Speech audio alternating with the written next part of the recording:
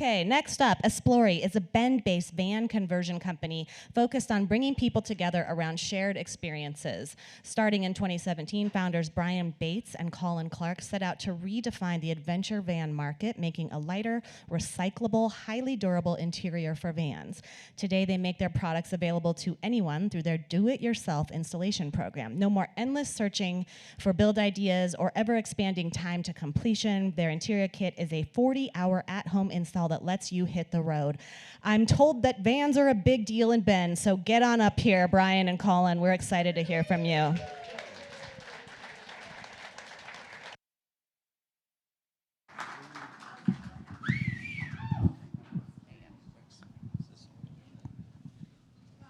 we on? Oh, yeah. We've got a few people positioned in the audience for us. So. And Jeff just killed it. And as you can tell, I'm on the Opportunity Knocks with him and then Bend Outdoor Works, but he's just a hell of a nice guy, too. So definitely check out his stuff. We're good? All right. So I'm Brian, and this is Colin, and we're the founders of ESPLORI. As was said, we're a van conversion company here in Bend, Oregon. And we started about 5 years ago, looking to kind of improve the market. And so we thought there were a couple problems that we saw with the market, and had a few experiences around it. So it's funny how we met. We met at a neighborhood park with our kids and started chatting. And as parents, we started having conversations about the trips we take with our kids, as we would. And in Oregon, you do a lot of outdoor activities. So I did a lot of camping, Colin did a lot of rafting. And in these conversations, we realized these experiences were really very unique. You couldn't have them sitting in a hotel room. You're sitting around a campfire and you're telling stories and you're out in nature. And there were just these experiences that were kind of able to shape our lives in a better way. And so at one of these meetings at the park, we'd both just taken two different, kind of very different trips, but we're talking about some of the challenges we had. So I had a travel trailer and a truck, and I towed it kind of around the Pacific Northwest and did some camping. And it was pretty good when we got there. I mean, we had all the things we wanted with us, but the experience of the travel trailer wasn't great. You know, towing a vehicle, you're not gonna stop in downtown Portland or some other locations. You need to kind of know where you're headed. And then the travel trailer is something I have to store, so I have to bring this to the house the day before. It wasn't the kind of thing where we spontaneously headed out on a Friday afternoon at 3 o'clock when we decided to go somewhere. And so that just seemed like kind of a hassle. And Colin's experience was a little bit different, but kind of some of the same problems. Yeah, so, you know, other end of the spectrum, but back in 2013, almost exactly 9 years ago, my family and I were living in the Denver area. And we wanted to visit both sets of grandparents. We had folks in Michigan and we had folks in Washington, and 3 kids, not quite 1, 2, and 4. And you start doing the math on what would have been, you know, 10 round-trip tickets and boarding the dog, and you know, you're up over $10,000, and that's 2013. And my wife's here, but I don't care who you are, $10,000 to visit your in-laws, it's expensive. It's expensive. So we put all 3 kids, the dog, strollers, you know, what are those things called? We don't use anymore. Car seats. Car seats, yeah. In the car.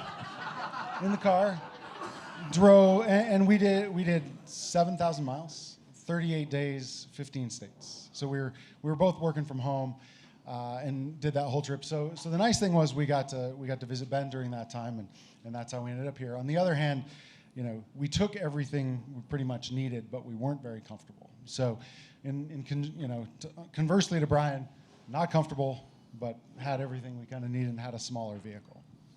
Yeah, so they got to play Tetris, putting all the bags in, and we had more room, but weren't very kind of agile. So we kind of ended up with 3 problems. We wanted something that was easy to prep. You can get going, get out, don't have to plan a way ahead.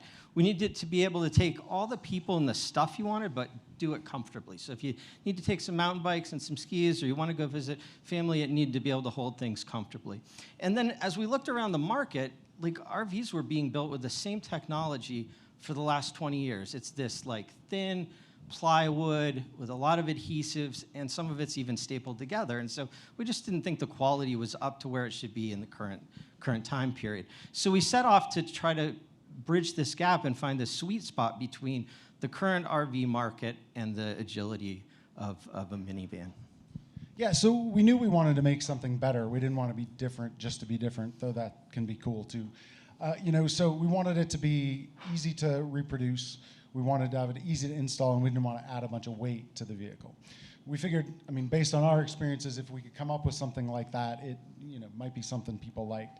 So, how do we go about that? So the first thing we did was eliminate the tanks. So we don't do permanent water tanks. You don't have to winterize. You don't have to treat them. You don't have to dump them, et cetera, before or after going on trips. We also simplified and integrated the electrical system. So it charges while you drive. You just turn it on and it works. So what we also did with the entire kind of design was an open layout. And that was important to us because we wanted people to take what they wanted and not force a bunch of stuff into it that they may or may not need that took up a bunch of weight and space. So we did that by using some specific spots in the van for secure and safe mounting points. And so people can configure the van basically however they want to. The last thing was that we chose the Mercedes Sprinter because at the time it was the only four-wheel drive option, but it was also the highest quality of the big kind of Class C vans available. And we wanted to have products that were commensurate, if not higher quality than the vehicle they were going into. So we decided to make the entire interior kit out of aluminum. And aluminum has some great advantages. So number one, it's almost 50% lighter than the traditional sort of plywood, carpet, foam model. It's more sustainable because it can be recycled. It's fireproof. It's easy to clean. And then the powder coating that we use doesn't off-gas at all. And so anybody here who's got a new car or had a new car and enjoyed that new car smell, that's not great for you. Those are all the chemicals coming off that new product. And so the powder coating is not it's not like a paint. It doesn't off-gas like the carpets and things. And so we've curated some specific colors to go with a variety of van colors, but our customers can upgrade. If you can think of a paint color, you can pretty much have any powder coat you want, which increases sort of the custom nature of what you can get versus the sort of auto carpet and plywood model that only has 5 to 10 options. So we started as a custom conversion company, and custom work is, if not impossible, pretty slow to scale. It's also geographically specific. So your customers have to find a way to get to you. And we kept going to all these shows and events and talking to DIYers and other upfitters and customers and people who'd even built out their own vans. And the common theme was, hey, how can I get this as a kit? And so we'd already spent the last 4 years doing the work to figure out where all the mounting points went in the van. So providing this to somebody else was a pretty easy progression. And then it was really natural to take this from a custom conversion business to providing an interior kit that could be shipped anywhere and installed in about 40 hours without the help of a professional. So we're proud to say that our kit is higher quality, more durable, more sustainable, and we think more beautiful than any of the other options on the market.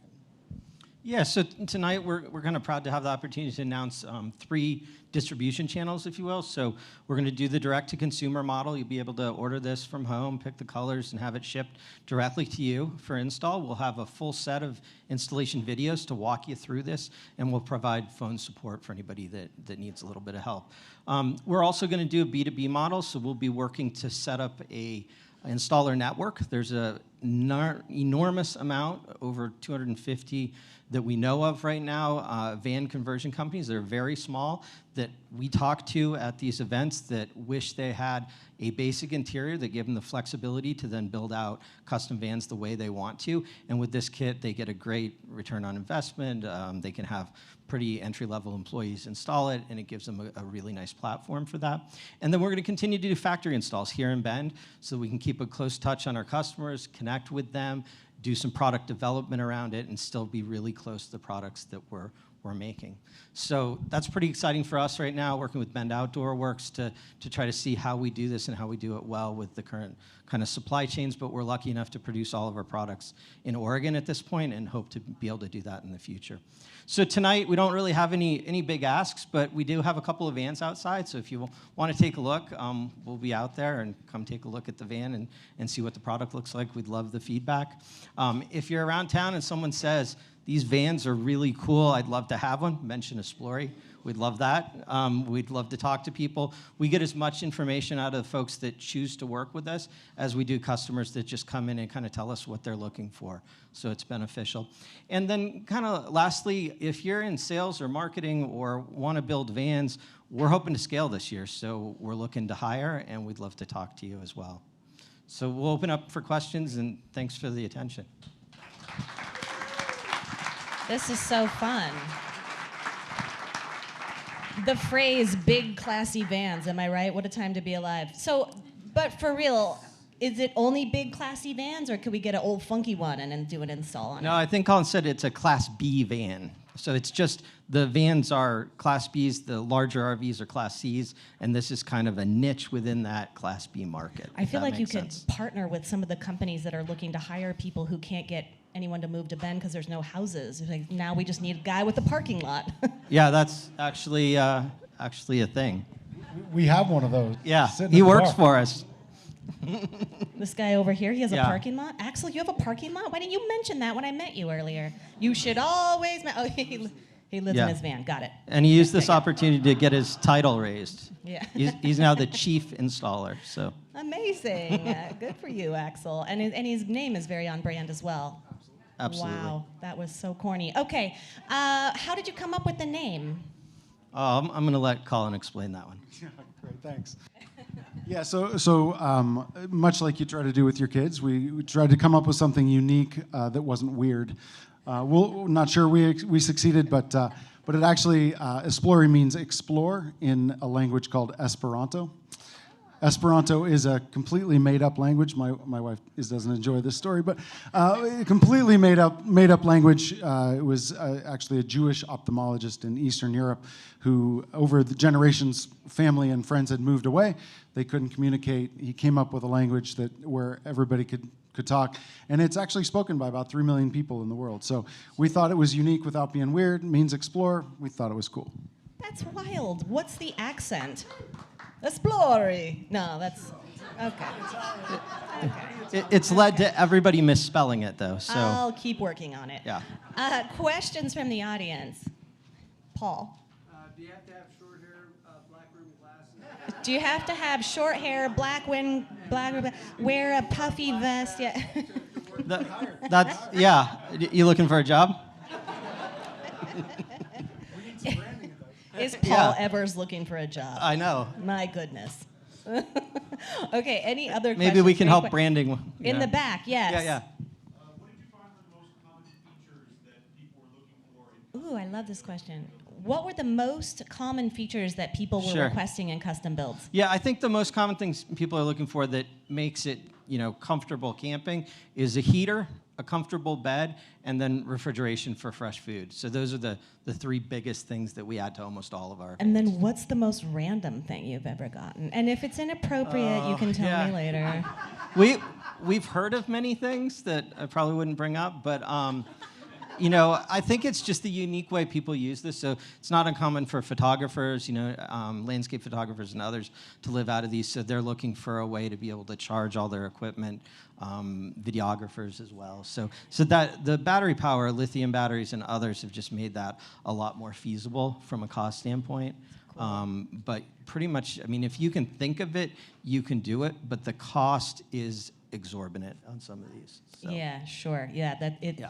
I'm not shocked by that. Is copper jacket one of your powder coating colors?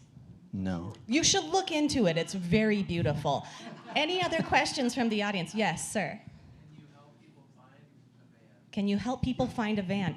So sometimes we've got relationships with a few of the dealers in the Pacific Northwest, so we usually have a good idea of kind of what they have. It's really hard to get a hold of them right now, and the supply chain for vans is just difficult, but a few people have gotten good luck just calling dealerships and finding one out We there. can So. help you find one right in the parking lot. Oh, yeah. The one with the red stuff on the back is for sale. Oh, that's... For you tonight, we can talk. There was another question, I think. Right? Yes, sir. You mentioned that you have the battery that charges while you're driving.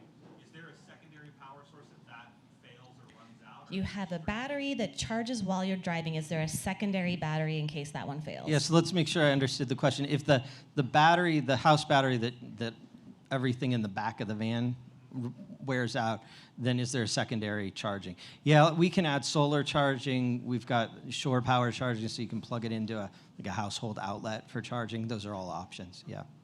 And then I'm assuming y'all are like big van drivers, so you both obviously have like a sick van. It's in the parking lot. Yeah, it's in the Yeah, parking it's in lot. the Okay, parking so that's right. And then you're just like always tinkering around with it. And any special features for your kids? No. Safe seating. So just because you see a seat in a van doesn't mean that it's safe. So there are actually like USDOT approved seats that you can put in vans, and it's not as common as you would think. So every van that we do that someone asks for a seat, we put safe seating in. So that's the special feature our kids get is safety. How long is your wait list for you guys to install it professionally through Axle, is it? Yeah. How long, what's the wait list like for Axel to do the We've install? blocked all vacation for Axel for the entire summer and booked him most weekends. No, we're actually slowing down a little bit because we've been transitioning from this build model to more of a kit model. So we've got openings probably July, August still at this That's right point around that the we can corner. slide people into. And then our production, install process has gone from a month down to a week for this kit, with some of the jigs and other things that we didn't get into. So with those two, we actually do have a fair amount of availability now. I have to say, I appreciate so much that y'all are thinking about the toxicity of the product. Like, I had a friend recently buy an RV, and she's like, let's check it out. And I was like, I am gonna have a stroke in here. The off-gassing was like so intense. And some people, it doesn't bother them, but a lot of us, it's really hard. So I appreciate that you're thinking that way. And Yeah, thanks. it's pretty gnarly. It's very hard on the liver. Yes, there was a question in the back. Todd. What are your plans to expand beyond the Mercedes platform? What are your plans to expand beyond the Mercedes platform? That's what I'm talking about, Todd. Big old funky monstrosities. Yeah, great. So I think we've got plans. Obviously, because we engineer all this, there's a fairly heavy lift in engineering and time and product design, but we do plan to move on to the Ford Transit. I think that's the next van we would move to. They also are now providing an all-wheel drive van, which makes it more kind of Pacific Northwest appropriate. I like to say Pacific Northwesty. Well, this is amazing. You guys are awesome. I'm excited to check out the vans. This is like your one time to go like see a stranger's van, and it's a good thing. So everyone, take a look at Colin and Brian's vans. And please, no, it was really good. You guys are great. Thank you, ESPLORI, for being here. Please meet these guys.